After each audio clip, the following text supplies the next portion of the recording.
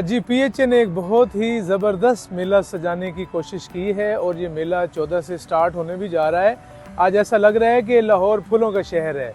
PHA की काविशें वैसे इतनी अच्छी तो नहीं रहती, लेकिन इस नुमाइश के हवाले से पीएचए ने गजाली सलीम भट्ट की डायरेक्शन के अंदर, सीएम की डायरेक्शन के अंदर बड़ा ज़बरदस्त की है। अभी हम प्रिपरेशन देख रहे हैं, फ्लावर्स देख रहे हैं, अरेंजमेंट देख रहे हैं। यहाँ लोगों के लिए एक बहुत बड़ा गेट टुगेदर, बहुत बड़ा एंटरटेनमेंट जो है पीएचए प्रोवाइड करने जा रहा है। दिल खुश हो रहा है, फूल ही फूल हैं, नेचर के करीब लोग आ रहे हैं और ये दिन रात एक हफ्ता मेरे ख्याल में ये एक्टिविटी रहेगी। तो शहरियों के लिए ये एक बड़ी हेल्दी एक्टिविटी है। एक तो नेचर के करीब रहेंगे, फ्लावर्स में रहेंगे।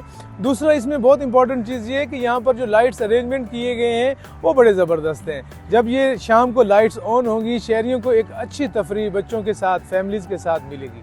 मुख्तलिफ फूल लगे हुए हैं, बड़ा अच्छा लग रहा है हमें। मुझे बहुत प्यारा लगा, ये सब बहुत प्यारे लगे।